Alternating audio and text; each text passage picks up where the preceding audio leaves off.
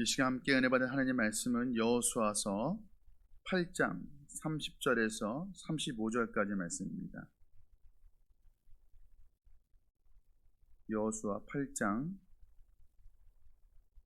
30절에 35절까지 말씀, 구약 성경 331면 전에 기록되어 있습니다. 우리 찾으신 줄 알고 한 목소리로 함께 봉독해 올리겠습니다. 그때 여호수아가 이스라엘의 하나님 여호와를 위하여 에발산에 한 제단을 쌓았으니 이는 여호와의 종 모세가 이스라엘 자손에게 명령한 것과 모세의 율법책에 기록된 대로 쇠 연장으로 다듬지 아니한 새 돌로 만든 제단이라. 무리가 여호와께 번제물과 화목제물을 그 위에 드렸으며 여호수아가 거기서 모세가 기록한 율법을 이스라엘 자손의 목전에서 그 돌에 기록하매 온 이스라엘과 그 장로들과 관리들과 재판장들과 본토인뿐 아니라 이방인까지 여호와의 언약궤를 맨 레위 사람 제사장들 앞에서 궤 좌우에 서서 서되 절반은 그리심 산 앞에 절반은 에발산 앞에 섰으니 이는 전에 여호와의 종 모세가 이스라엘 백성에게 축복하라고 명령한 대로 함이라. 그 후에 여호수아가 율법책에 기록된 모든 것대로 축복과 저주하는 율법의 모든 말씀을 낭독하였으니 모세가 명령한 것은 여호수아가 이스라엘 온 회중과 여자들과 아이와 그들 중에 동행하는 거류민들 앞에서 낭독하지 아니한 말이 하나도 없었더라. 아멘. 오늘 그 본 말씀 가지고 에발산에서 행한 세 가지 일이라는 제목으로 하나님의 말씀 함께 나누고자 합니다. 우리가 지난 시간에 아이성 전투를 함께 살펴보았습니다. 오늘 그 8장 그 뒷부분의 내용은 아이성과의 전투 그 이후에 붙어있는 어떻게 보면 짜투리 본문 같은 그런 본문이라고 할 수가 있습니다. 부록처럼 붙어있는 내용입니다. 그 스토리상 가나안 정복 전쟁에서 그 이야기에서 빠져도 전혀 지장이 없는 것처럼 보입니다. 그런데 사실은 굉장히 중요한 의미가 있는 본문입니다. 어떤 신학자는 이 본문이 오늘 우리가 살펴볼 이 본문이 여호수아 전체에서 가장 클라이막스와도 같다라고 이야기하는 그런 학자들도 있습니다. 오늘 본문의 내용이 어떻습니까? 지금 이스라엘 백성들이 여리고성과의 전투를 마치고 또 아이성과의 전투도 마친 그런 상황입니다. 특별히 아이성과의 전투에는 한 번에 승리하지 못했죠. 먼저는 그들이 말씀에 순종하지 못하고 교만함으로 인해서 패배를 경험하게 됩니다. 그리고 그 이후에 두 번째 전투에서 반전의 승리를 경험하게 됩니다.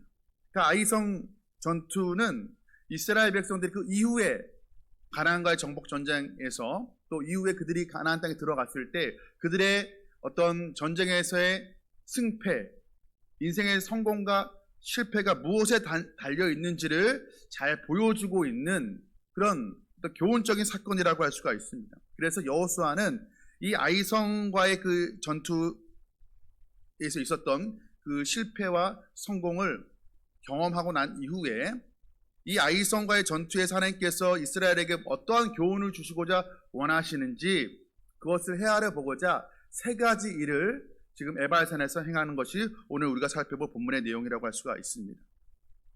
중요한 일들을 하기 때문에 오늘 보면 35절 마지막 절에 보면 이스라엘 백성 다 모았는데 이스라엘 백성들만 남자들만 모은 것이 아니었습니다. 온 회중과 또 여자들과 아이들 심지어 거기에 있는 거류민들 이스라엘 민족이 아닌 그 이스라엘 그 민족 안에 들어와 있는 거류민들까지도 하나도 예외 없이 다 모아서 이 일을 행하게 됩니다. 세 가지 일을 행하게 되는데 사실 이것은 신명기 27장에서 모세가 미리 너희가 가나안 땅에 들어가게 되거든 이 같은 일을 행하라고 미리 명령한 것이었습니다.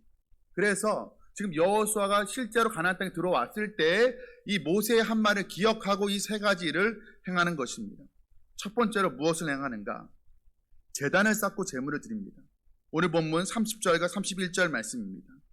30절과 31절 말씀 보면은 여호와를 위하여 에발산에 한 제단을 쌓았다라고 표현하고 있죠. 그런데 특징이 있습니다. 31절 말씀 보면 모세가 이스라엘 자손에게 명령한 것과 모세 율법책에 기록된 대로 제단을 쌓는데 특이한 점은 쇠 연장으로 다듬지 아니하는 새 돌로 쌓은 제단이라 라고 말하고 있습니다. 하나님 앞에 제단을 쌓는데 전쟁에서 승리하면 보통 그 전쟁에서 승리한 것을 기념하기 위해 기념탑을 쌓습니다. 그런데 지금 이스라엘 백성들은 기념탑을 쌓은 것이 아니었죠. 하나님께 그 감사의 제단을 쌓고 있는 것이었습니다. 그런데 제단을 쌓을 때 특징이 있었는데 다듬지 않은 돌로 제단을 쌓으라고 말하고 있습니다. 여러분, 다듬지 않은 돌로 제단을 쌓으면 쉬울까요? 어려울까요? 우리가 돌로 만든 제단을 쌓을 때, 쌓아 올릴 때 좀 다듬어진, 한 정육면체로 좀 다듬어진 돌을 쌓아 올리는 게 쉽겠죠. 그런데 하나님은 굳이 다듬지 말라라고 말씀하시는 거예요. 왜 그럴까? 이유가 있는 것입니다. 인간이 가공하지 않는 돌은 인간의 공로를 허용하지 않는다라는 의미를 가지고 있는 것이에요. 그 당시에 고대 사회에서, 고대 근동 사회에서 제단을 쌓을 때는 그 나라가 가지고 있는 기술력을 총동원을 해서 가장 아름답게, 가장 예쁘게 한껏 기술을 자랑하며 제단을 쌓았습니다. 그런데 하나님은 그런 인간의 어떤 노력과 어떤 인간의 기술, 그런 공로를 인정하지 않겠다라는 것이었습니다. 인간의 손길을 거부하는 의미를 가지고 있는 것입니다. 여러분, 사람들은 언제나 하나님 앞에 나올 때 인간의 어떤 공로를 가지고 나오려고 합니다. 우리는, 죄인은 본능적으로 이렇게 생각하죠. 내가 조금 더 선해지면, 내가 조금 더 뭔가 좀 헌신하면, 내가 조금 더 거룩해지면 하나님 앞에 나아갈 어떤 자격을 얻는다라고 우리는 생각을 한다는 것입니다. 그러나 하나님은 다듬지 않은 돌을 통해서 말씀하십니다. 네가 너의 어떤 행위로 무언가를 잘하여서, 더하여서 나를 기쁘게 하려고 하지 말라라고 말씀하고 있는 것입니다. 왜 그렇습니까? 인간의 의를, 자기 의를 어떤 행위로 스스로를 의롭게 하는 그 의를 하나님께서 거절하시는 것입니다. 차단하시는 것입니다. 하나님 앞에 세워지는 제단은 인간의 어떤 의로움이 아니라, 기술이 아니라, 노력과 공로가 아니라 하나님의 은혜로만 세워진다는 것을 하나님께서 지금 가르쳐주고 있는 것입니다. 여러분, 구원은 전쟁에서의 승패도 마찬가지고 인생에서의 성공과 실패도 마찬가지입니다. 인간이 다듬은 결과가 아니라, 인간의 노력하고 인간의 공로가 아니라 전적인 하나님의 은혜의 선물임을 기억하라고 지금 다듬지 않은 돌을 쌓으라고 말씀하고 있는 것입니다. 너희가 전쟁에 승리한 것 너희 공로로 된 것이 아니야. 오직 하나님의 은혜로만, 전적인 인간의 손길이 닿지 않는 전적인 하나님의 은혜로만 성공하고 승리할 수 있다는 것을 알려주시는 것입니다. 그런 다음에 제단을 쌓고 제물을 드리는데 두 가지 제물을 드리죠. 우리가 여호와께 번제물과 화목제물을 드렸다고 기록을 하고 있습니다. 그럼 번제물은 어떤 의미입니까? 먼저 속죄의 의미가 있습니다. 아간이 죄를 범했죠. 하나님께서 번제 제물을 드릴 때 그 아간의 죄를 덮어주겠다라고 말씀하시는 것입니다. 그리고 번제는 또 하나 헌신의 의미가 있습니다. 아간의 죄를 덮어줬으므로 이제 이스라엘이 온전히 헌신하여서 하나님의 뜻을 이루며 살아가겠다는 그 고백이 담겨있는 제사가 바로 이 번제 제사였다는 것입니다. 그리고 두 번째로 어떤 제물을 드립니까? 화목 제물을 드립니다. 화목 제물의 목적은 무엇이냐면 하나님과 인간을 말 그대로 화목하게 하는 그 목적으로 드리는 제물인 것입니다. 그러니까 기쁨의 제사인 것입니다. 이 화목제의 특징이 있는데 무엇이냐면 화목 제물로 드려진 그 일부 고기를 제사를 드린 사람들이 함께 거기서 나누어 먹습니다. 음식을 함께 먹는 것이 하나님 앞에서 하나님과 어떻게 보면 함께 식탁 교제를 나누는 것입니다. 여러분, 우리가 식사할 때 나하고 사이가 안 좋은 사람하고 좀 거리끼고 불편한 사람하고 식사를 하는 것이 참 힘들죠. 좀 나하고 내가 좀 싫어하는 사람, 내가 좀 꺼리는 사람과 산의 진미를 먹느니 보다 차라리 집에 가서 찬밥에 물 말아 먹는 게 훨씬 더 낫죠. 그렇죠? 그러니까 식사를 같이 한다는 것은 어떤 의미입니까? 친밀한 관계에서만 식사를 같이 공유하는 거예요. 그렇죠? 지금 하나님과 함께 식탁을 공유하는 것입니다. 다시 말하면 하나님과 같이 밥상을 공유할 만큼 그만큼 친밀해졌다는 것을 뜻한다는 것입니다. 지금 아간의 범죄로 인해서 하나님과의 관계가, 교제가 끊어져 있는 상태입니다.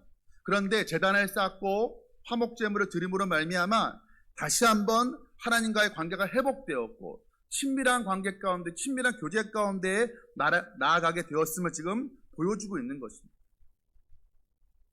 요한계시록에 예수님께서 이렇게 말씀하시죠. 요한계시록 3장 20절에 우리가 잘 아는 말씀입니다. 볼지어다 내가 문 밖에 서서 두드리노니 누구든지 내 음성을 듣고 문을 열면 내가 그에게로 들어가 그와 더불어 먹고 그는 나와 더불어 먹으리라. 우리가 마음문을 열어서 예수님 우리 안에 오시면 뭐라고 표현하고 있습니까? 그냥 우리 안에 거한다라고 말씀하고 있는 것이 아니라 내가 그와 더불어 먹고 그도 나와 더불어 먹으리라.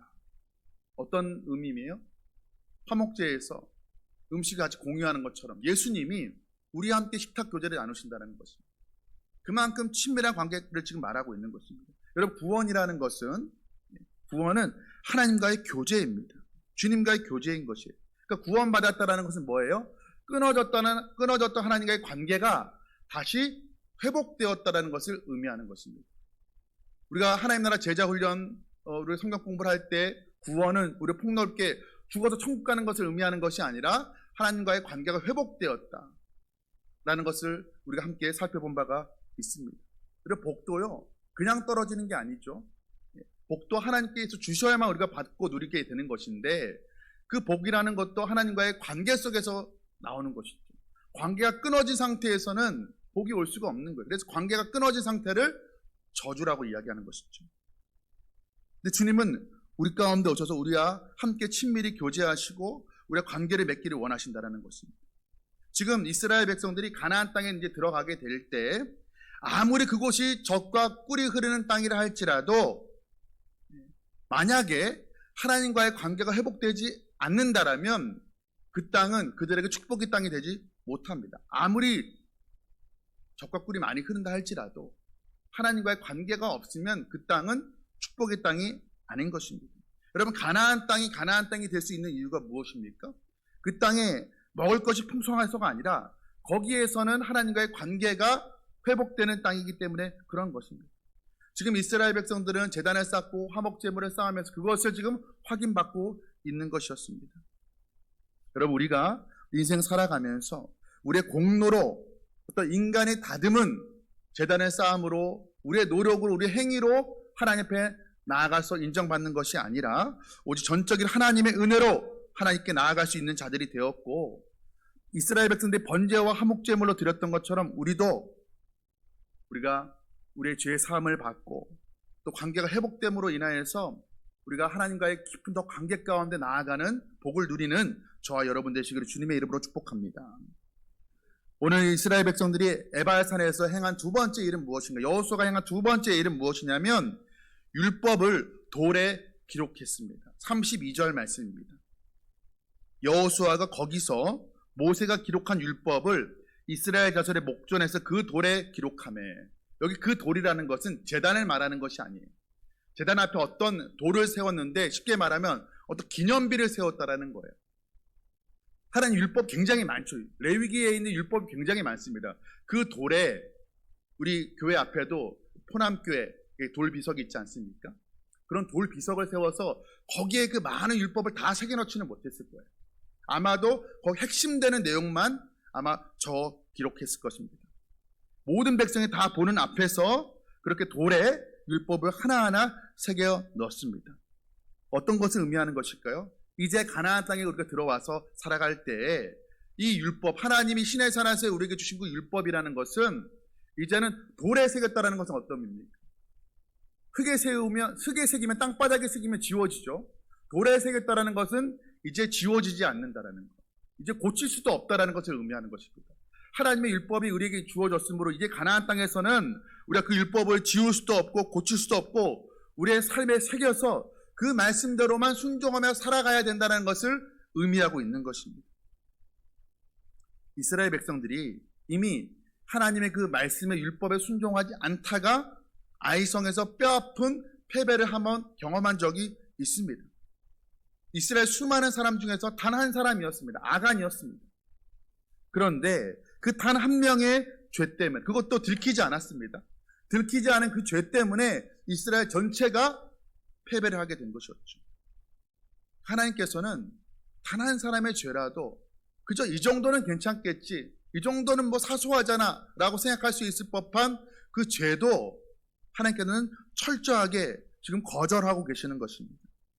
지금 이 율법을 돌에 새기면서 하나님께서는 그들 마음껏 있는 요 정도 되는 이 많은 율법 중에서 요 정도는 괜찮겠지라고 생각하는 그 마음도 다 지금 버리라고 말씀하시는 거예요. 우리 마음 가운데 그런 마음 있지 않습니까? 어떻게 사람이 말씀대로만 살 수 있어? 상황이 어려우면 때가 좀 그러면 타협할 수 있는 거지. 우리 마음 가운데 그렇게 이번 한 번만 혹은 이 정도는 괜찮겠지 하는 마음이 들 때가 있습니다. 이스라엘 백성들의 마음 가운데 그런 마음이 있었다라는 거예요. 그런데 하나님은 그 굳은 마음을 지금 갈아엎어버리라고 말씀하고 있는 거예요. 돌판에 그것을 새기면서 그만큼 중요하다. 이건 이제 지울 수도 없고 수정할 수도 없다. 너희가 이대로 지켜 살아야 된다라고 말씀하고 있는 것입니다. 제가 이제 시골에 내려와서 농촌에 내려와서 보니까 이제 봄이 돼서 농작물을 땅에 심기 전에 항상 밭을 다 갈아엎더라고요. 그냥 그 굳은 땅에 씨를 뿌리는 것이 아니더라고요. 그렇죠? 먼저 땅을 부드럽게 다 기경을 한 다음에 농작물을 심고 씨를 뿌리는 것을 보게 됩니다. 말씀을 받을 때 우리가 말씀을 읽거나 우리가 말씀을 들을 때에도 우리의 마음이 굳어져 있으면 안 돼요. 요 정도는 타협할 수 있지 라는 마음으로 말씀 받으면 안 되는 것이죠. 하나님께서 호세아 선지자를 통해서 우리에게 말씀하십니다. 너희 묵은 땅을 기경하라. 하나님께서 왜 묵은 땅을 기경하라 라고 말씀하시는 거죠. 농사법에 대해서 말씀하시는 것일까요? 그것이 아니죠. 여기서 묵은 땅이라는 것은 이스라엘의 묵은, 굳은, 그래서 말씀이 들어가지 않는 그 마음을 말하는 것입니다. 마음을 갈아엎어야 말씀이 선포될 때 그 말씀이 마음밭에 부드러워진 갈아진 그 마음밭에 뿌려져서 자라게 되고 열매 맺기 때문인 것입니다. 여러분, 우리가 일평생 수많은 설교를 듣죠. 모태신앙으로 여기까지 지금까지 신앙생활 하시면서 자라오신 분들이 많으실 거예요. 어떤 성경을 본문을 딱 읽으면 이 설교는 목사님이 이렇게 설교하겠구나 감이 잡히는 너무나 많은 설교를 들어서 그렇죠? 그런데 우리가 많은 설교를 듣는데 왜 변화되지 않을까요? 분명히 말씀은 우리의 삶을 변화시키는 능력이 있다고 하는데 왜 우리가 변화되지 않을까요? 말씀을 받는 우리의 마음이 무거워져 있으면 굳은 땅이 되어 있으면 말씀이 뿌려져도 그 안에 들어가지 못하는 것, 뿌리 내리지 못하는 것이죠.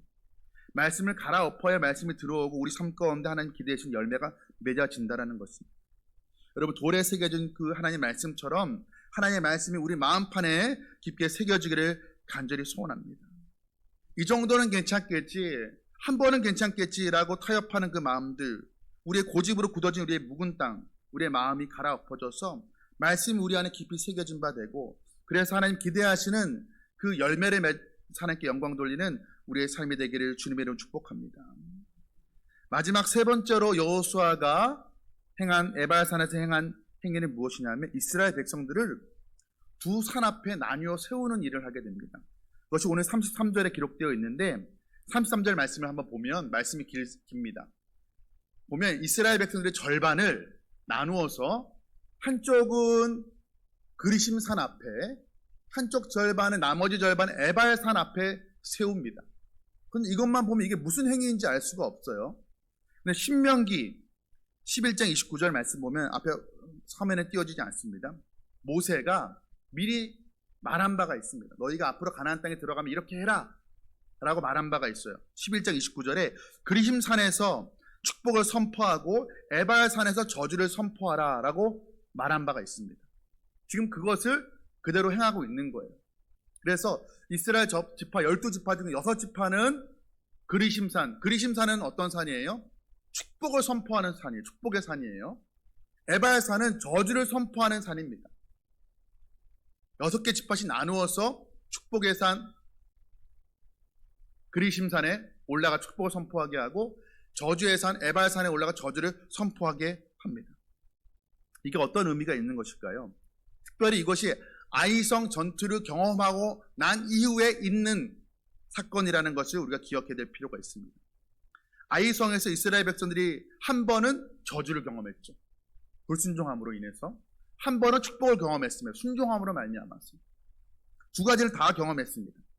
아이성에는 두 개의 돌무더기가 있습니다.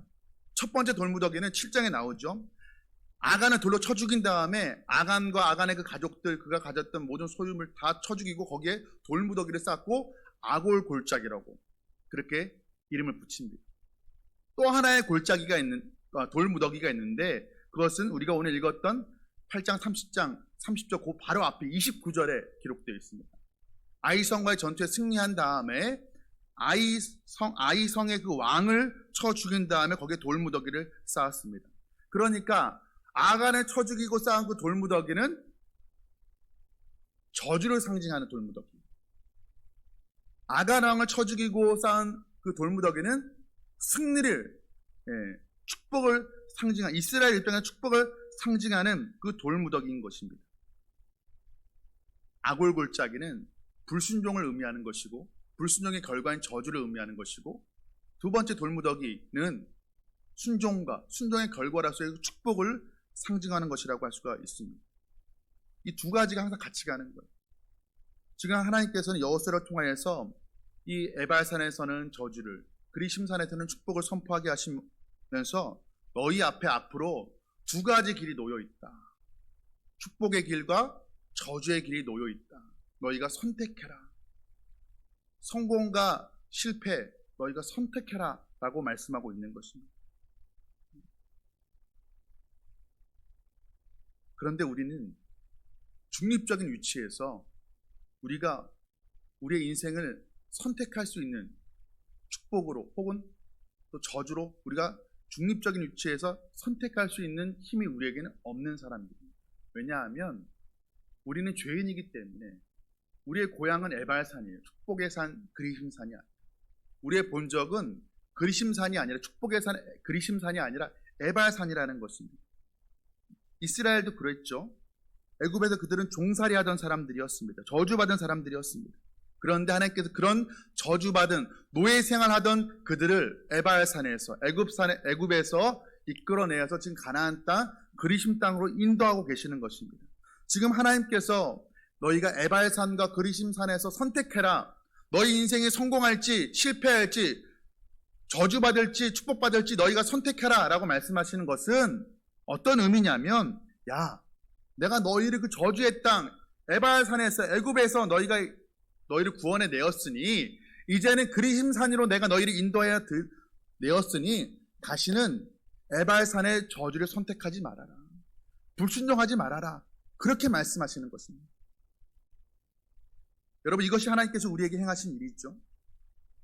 본적이 저주의 산 에발산인 우리를 축복의 산 그리심산으로 하나님께서 우리를 옮기신 것이 바로 구원이고 그것이 바로 은혜인 것입니다. 하나님께서 이렇게 말씀하시는 거예요. 다시는 하나님이 없는 그 저주의 에발산으로 돌아가지 말아라. 나와 함께하자. 내 말씀에 순종하면 내가 주는 그 풍성함을, 그 축복을 누릴 수가 있다라고 지금 말씀하고 있는 것입니다. 그러면서 너희가 선택하라 말씀하고 있는 것입니다. 그러자 이스라엘 백성들이 하나님 말씀대로 순종하며 살겠노라고 그렇게 결단을 내리게 됩니다. 그런데 결단까지는 좋은데 우리가 이 이후에 이스라엘의 역사를 알고 있죠. 이스라엘이 가나안 땅에 들어갔을 때 그리고 그 이후에 그들이 하나님의 말씀에만 순종하면서 그렇게 살아갔습니까? 그렇지가 못했죠. 순종할 때도 있었지만 그렇지 못할 때가 더 많았습니다. 그래서 이스라엘이 결국에는 패망한 것을 우리가 잘 알고 있습니다. 복이 아니라 저주받은 것이에요. 그러니까 돌에 새긴 이 율법, 하나님께서 이렇게까지 지키라고 에발산에 세우고 나머지 절반을 그리심산에 세우면서 너희가 이제는 그리심산에 속한 사람이었으니 너희가 이제는 저주의 땅 돌아가지 말라라고 그렇게 하나님께서 부탁의 말씀하셨음에도 불구하고 이 돌에 새긴 율법으로서는 그들의 본성을 바꿀 수가 없었던 것이었습니다. 그들의 죄된 본성이 자꾸 에발산으로 이끌어간 것이었습니다. 그래서 하나님께서 이스라엘의 그 실패를 아시고 이스라엘의 그 죄된 본성, 우리의 죄된 본성을 아시고 우리에게 새로운 언약, 새 언약을 주셨습니다. 이 에발산의 언약은 옛 언약이죠. 우리에게 새 언약을 주셨습니다. 그 새 언약이 무엇입니까? 예수 그리스도. 예수 그리스도께서 우리 죄를 대신해서 십자가에서 영원한 제물로 죽으시고 우리의 죄를 사해 주셨어요. 그리고 예수님께서 오셔서 행하신 모든 그 순종을 우리의 순종이 되게끔 해주셨습니다. 그래서 우리는 순종하지 못하지만 예수 그리스도의 순종으로 우리가 의롭다 여김을 받게 된 것이었습니다. 이게 새 언약인 것이죠. 뿐만 아니라 이 에발산의 언약은 율법을 돌에 새겼어요. 근데 이제는 하나님이 돌이 아니라 우리의 마음의 신비에 새겨주겠다고 하나님께서 말씀하세요. 그것이 이미 예레미야 구약에서 예레미야 선지자를 통해서 예언이 되었습니다. 예레미야 31장 33절 말씀입니다. 그러나 그날 후에 내가 이스라엘 집과 맺을 언약은 이러하니, 이건 새 언약을 말하는 거예요. 예수님이 오셔서 성취하실 그 새 언약을 말하는 것입니다. 곧 내가 나의 법을 그들의 속에 두며 그들의 마음에 기록하여 나는 그들의 하나님이 되고 그들은 내 백성이 될 것이라. 여호와의 말씀입니다. 이제는 돌에 새길 것이 아니라 아예 너의 마음판에 새겨주겠다. 돌에 새겨도 너희가 잊어버리니까 아예 잊어버리지 못하도록 너의 마음에 새겨주겠다라고 말씀하고 있는 것입니다. 여러분, 이 의미는 어떤 의미냐면요, 하나님께서 예수 그리스도를 믿을 때 우리 안에 이제는 말씀대로 살고자 하는 마음을 심어주신다는 것을 의미합니다. 그러니까 말씀대로 다 지키냐 못 지키냐는 두 번째 일고, 이전에는, 여러분, 우리가 예수를 만나기 전에, 예수를 정말로 우리가 믿기 전에는 교회를 다녀도 정말 예수를 만나지 못한 분들은요, 한 가지 특징이 있는데 뭐냐면요, 말씀대로 살고자 하는 마음이 일단 없어요. 말씀대로 실제로 사는 것은 두 번째 문제이고, 말씀대로 살고 싶지가 않아요. 그런데 우리가 정말 거듭나면 우리 마음이 어떻게 바뀌냐면, 말씀이 우리 안에 새겨지면 말씀을 정말로 지키며 살아가는 것, 그건 두 번째 문제고, 이제는 말씀대로 내가 살지 못하는데, 매일 실패하는데, 그런데 매일 우리 마음 가운데 그래도 내가 말씀대로 살고 싶다.